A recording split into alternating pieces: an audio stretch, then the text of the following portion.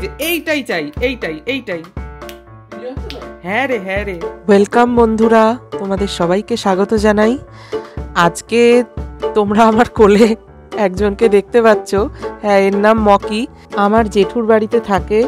আমরা যখনই যাই না কেন ও আমাদের সঙ্গে খুব খেলা করে, লাফিয়ে লাফিয়ে প্রচণ্ড খেলা করে আর আমাদের কোলে উঠতে চায়। কোলে উঠে দেখো আমাদেরকে কি সুন্দর চেটে চেটে আদর করে দিচ্ছে।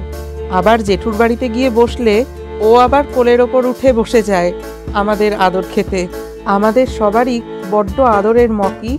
ওকে নিয়ে বড্ড আনন্দেই আমাদের সময় কাটে।